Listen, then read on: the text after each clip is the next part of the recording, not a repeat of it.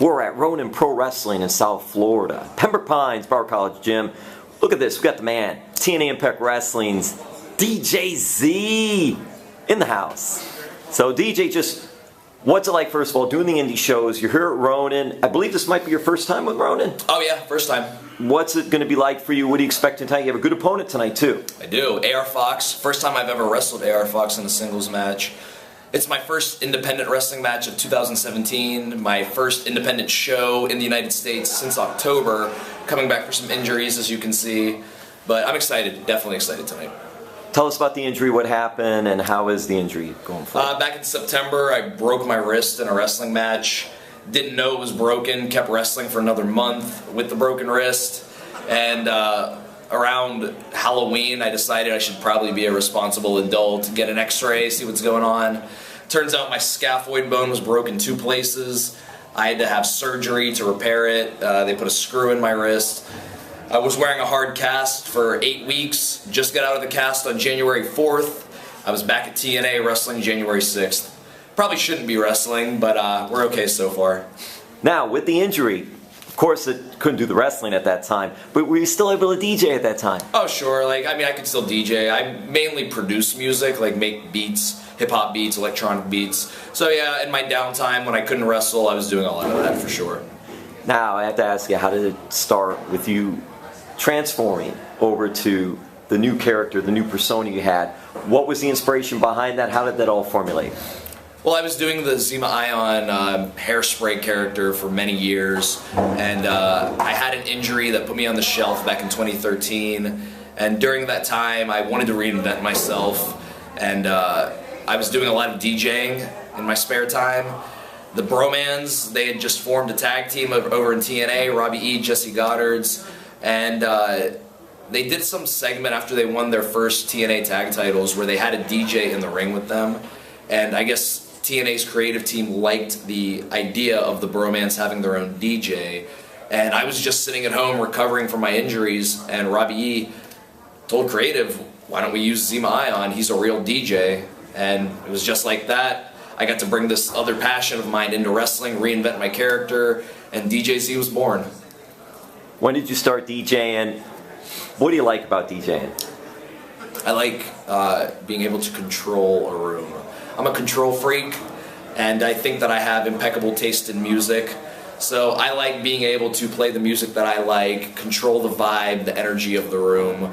It's fun, man. It's fun, and basically I'm trying to avoid a 9-to-5 job for the rest of my life. So as many cool things that I can do, whether it's wrestling, DJing, producing music, whatever keeps me away from a 9-to-5 job and a monotonous life, I am all about that. Did you always have a passion for music when you were younger, and what were some of the music influences you had? Yeah, I always had a passion for music. Wrestling and music, the only things I've ever been continuously interested in throughout my life.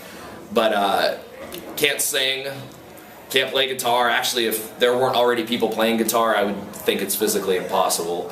So naturally wrestling was something that I gravitated towards. But as I got older and electronic music, dance music became this big thing in the United States, DJing seemed like something that I could do, some way for me to be a part of the music scene. And that's kind of how I got started. I had some friends that were into DJing, and they kind of showed me the basics, and I went from there. And DJing, yeah, always been a passion now, and something that I'll probably keep doing for a long time.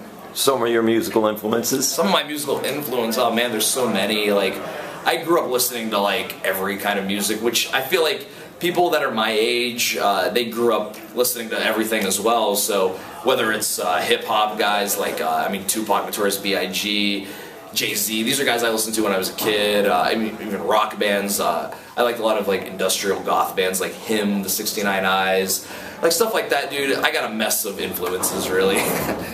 That's interesting too, because music's entertainment.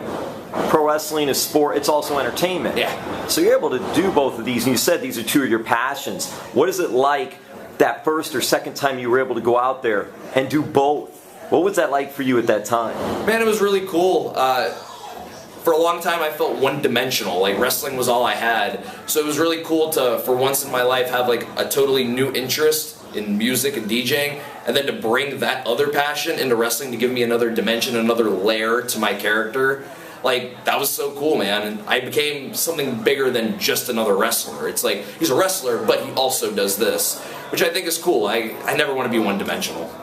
TNA Impact Wrestling, it's changed. It's been around. The thing is last, it's gone, and it's really taken off. And they've been through their ups and downs, but still going. Now you have a new group involved. What was it like for you at the last TNA tapings they had? Because you had a new group that was there running the show per se, or at least from a standpoint of ownership and all. So for your standpoint, what was it like for you at the last taping? You know, I've been at TNA for 6 years now, and dude, you don't know how many new changes in management, new people in charge I have seen come and go throughout my years at TNA. So I feel like at this point it's a little too early for me to tell exactly what the differences are.